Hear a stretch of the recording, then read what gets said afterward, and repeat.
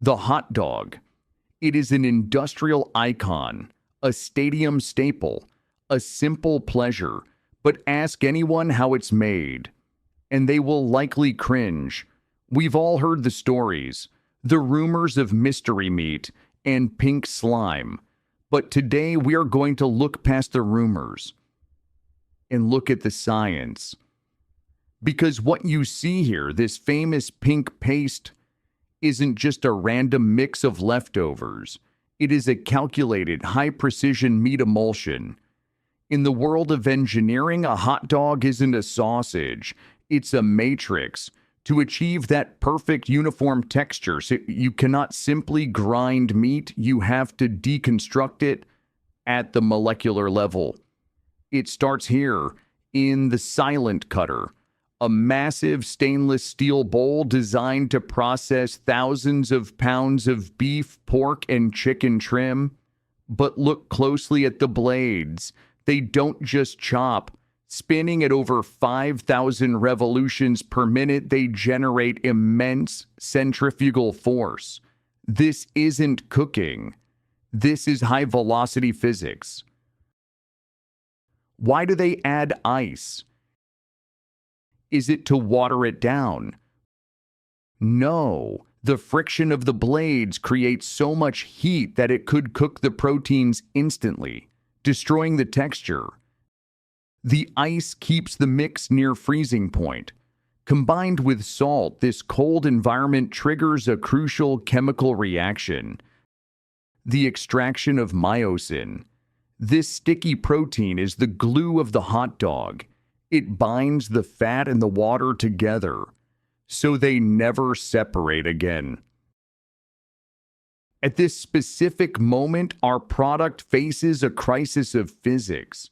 We have successfully created a protein emulsion, but it has zero structural integrity. It is essentially a liquid. If you tried to cook it now, you wouldn't get a sausage. You would get a shapeless puddle of cooked meat. To defy gravity and hold that iconic cylindrical shape, we need a mold. But in a factory producing 30,000 units an hour, you can't use metal molds. You need something flexible, something fast. Enter the cellulose casing. Unlike traditional sausages that use animal intestines, the modern hot dog uses a high-tech plant-based sleeve. It looks like plastic, but it is actually a semi-permeable membrane derived from cotton or wood pulp. Crucially, this casing is not an ingredient. It is merely a vessel, a temporary exoskeleton designed to hold the emulsion together just long enough for the proteins to set. The batter is pumped into these long, shirred tubes of cellulose by a vacuum stuffer. The pressure is immense, forcing the meat to fill every micron of the casing to prevent air pockets. Then the linker takes over. This is a marvel of mechanical synchronization. As the filled tube flies by, a mechanical chuck rotates, pinching and twisting the casing at precise intervals. It happens in a blur, creating perfectly identical links, typically 5 to 6 inches long, without ever stopping the flow of meat. The result is not a pile of individual hot dogs. Not yet. It is a continuous, unbroken chain of sausages. They are still soft, fragile, and raw. If you touch them now, they would squish under your fingers. They are trapped inside their cellulose armor, waiting for the energy that will turn them solid. They are draped onto metal racks, looking like heavy pink curtains, ready to move into the thermal processing zone, the smokehouse. The racks of raw sausages are moved automatically into massive, continuous smokehouses. Here they are not just baked, they are bombarded with atomized liquid smoke, or real hardwood smoke depending on the brand. But this step isn't just about flavor. The smoke contains phenolic compounds that act as natural preservatives and kill surface bacteria. It also interacts with the cellulose casing, making it slightly tougher, preparing it for the violence that is about to come. As the internal temperature rises to 160 degrees Fahrenheit, 71 degrees Celsius, the most critical chemical reaction occurs: coagulation. Remember the myosin glue we released earlier?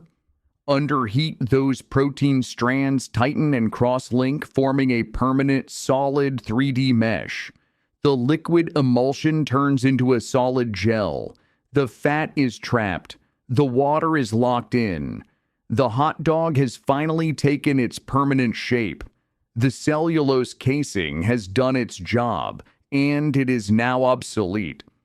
But we cannot peel them yet. They are too hot and expanded. The racks are immediately drenched in a shower of icy brine. This thermal shock does two things. First, it stops the cooking process instantly to prevent the meat from drying out. Second, and most importantly for the engineers, it causes the meat to shrink slightly inside the casing. This creates a microscopic gap between the meat and the cellulose skin, a gap that we will exploit in the next machine. We arrive at the most fascinating machine on the line, the automatic peeler. The goal? To remove thousands of casings per minute without leaving a single scratch on the meat. First, a jet of steam blasts the sausages. This relaxes the cellulose and lubricates the surface. Then they enter the tunnel. Moving at speeds of up to 500 feet per minute, the sausages are shot through a precision ring. Inside this ring, a tiny razor-sharp blade makes a microscopic slice along the entire length of the casing. It's incredibly shallow, cutting the plastic but never the meat.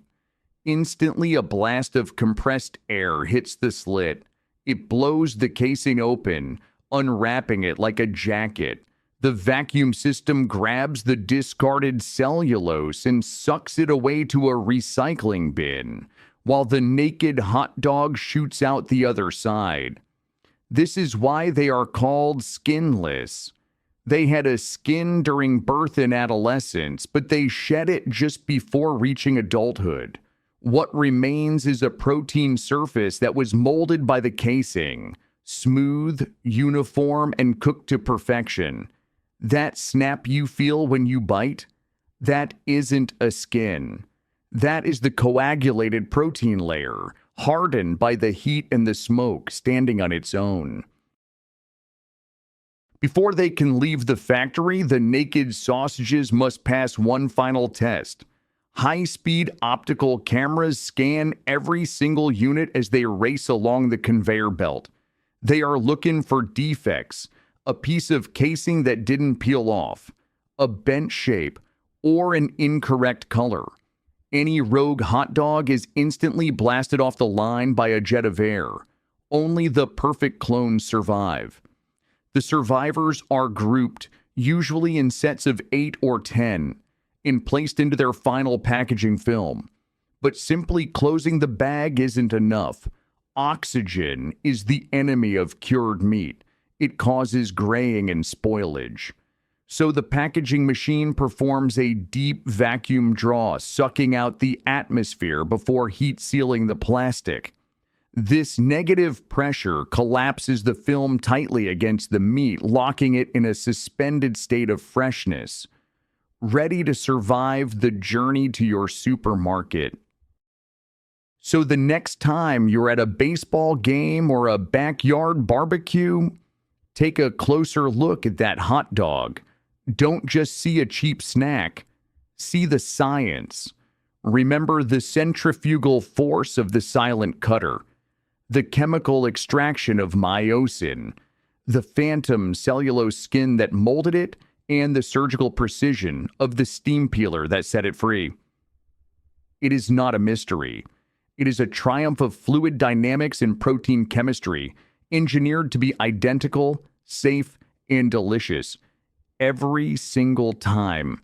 This was Made In Cognito, Don't forget to subscribe and click the bell to discover the hidden engineering behind the world you live in.